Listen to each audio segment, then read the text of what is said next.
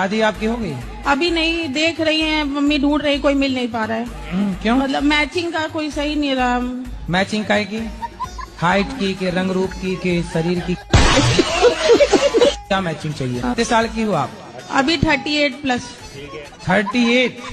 जी अब 38 वर्ष की हो गई आप, बस 40 के पास हैं आप। जी।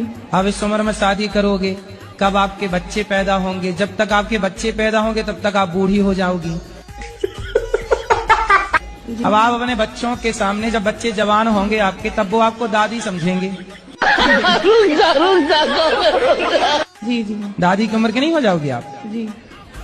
तो अभी तो क्या करें? अभी मतलब कुछ मार्गदर्शन कर अब दीजिए। अभी भी जल्दी कर लो ब्याह इस साल।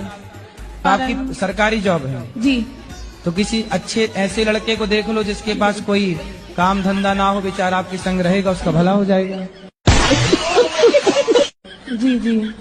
है ना, आपकी सेवा भी कर लेगा वो। जब आप स्कूल जाओगी तो रोटी वोटी बना के रखेगा आपके लिए।